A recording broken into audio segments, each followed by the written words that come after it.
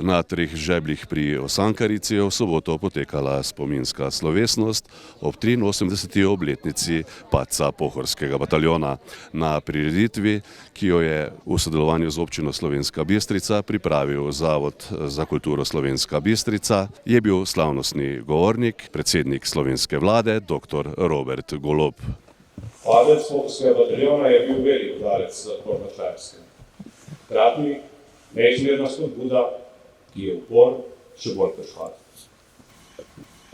Po zaslugi partizanov in koga drugega smo Slovenke in Slovenci sami osvobodili svojo domovino in drugo svetovno vojno končali kot del protinacističnega zavezništva svobodnih narodov.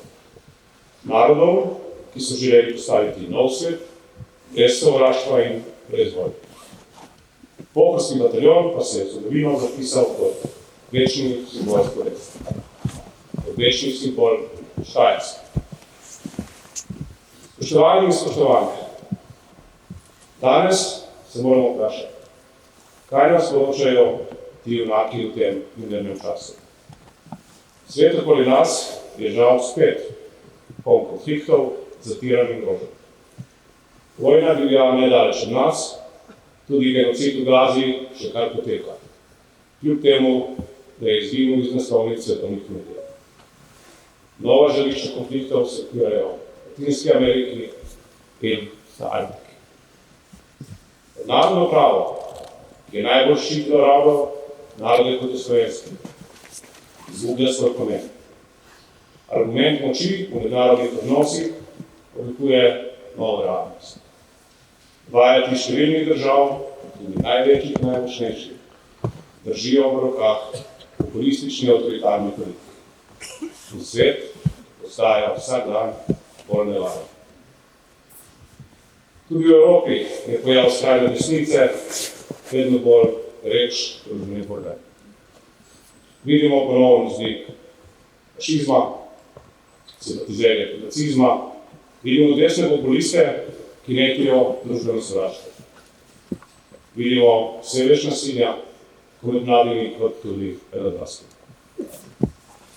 Slovenija danes še ostaja svoboden, liberalni otok, svetega zbirkane Evrope. Vendar, gospe in gospodje, tovarišice, tovariši, tudi na naša vrata trkajo iste ideologije, proti katerim so se borili in pred katerim so padli v teh gozdovih. Zato moramo na tem svetem mestu ponosno in odločno reči spet, nikoli več. Vrednote slovenskega človeka so neuničljive. Verjamem, da ne glede na globalne trende ali poskuse višanja vrednot strani skrajne desnice, so vrednote trdega dela, solidarnosti za sočloveka in upora proti krivicam, ki področja pohleb, še vedno neuničljivo jedro svobodnega slovenskega človeka.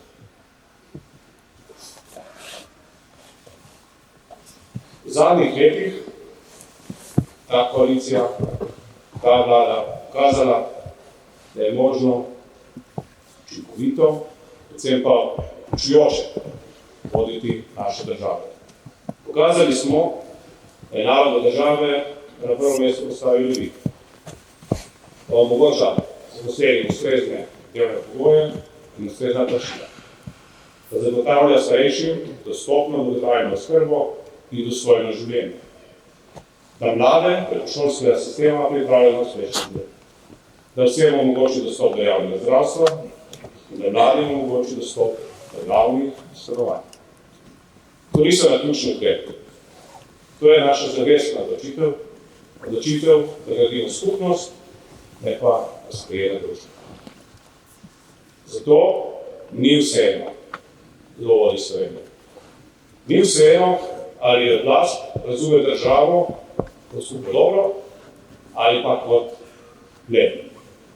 Ni vseeno, ali spoštujemo zgodovino ali pa jo zanikamo. Zgodovina ni zgolj to, kar se je zgodilo, ampak predvsem to, kar iz nje črpamo do današnje dni.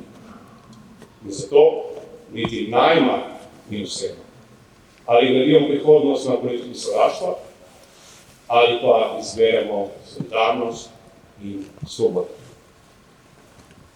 Kdo je tisti, ki danes iz dneva v dan širi lažne govorice, lažne novice? Kdo je tisti, ki v naši zgodovini ustvarja, iz naše zgodovine ustvarja prepir in delitev? Kdo reže glave spomenikom slovenske zgodovine? Kdo spet riše svastike in kdo misli, da bo v državi lahko nemoteno širil sovraštvo samo zato, da se dokoplje do oblasti. Spoštovane in spoštovani, zgodba Pohorskega bataljona nas opominja. Svoboda ni samoumevna. Zahteva pogum, da se postaviš po robu, počneš. Žal, zahteva tudi žrtve. Predvsem pa zahteva, da se nikoli ne predamo. V Cankarici se ne zbiramo zaradi preteklosti same. Zbiramo se zato, ker nas ta preteklost zavezuje. Zavezuje nas, da ostanemo pokončni, da branimo resnico. Da se upremo normalizaciji sovraštva in da ohranimo tako državo, ki bo vredna žrtev teh ljudi, ki so tu padli za našo svobodo. Z velikim veseljem in ponosom se vam zahvaljujem za vašo pozornost in zaključujem. Naj živi svobodno Pohorje. Naj živi svobodna Štajerska, naj živi svobodna Slovenija. V imenu občine Slovenska Bistrica je venec k spomeniku položil tudi župan občine Slovenska Bistrica, dr. Ivan Žagar.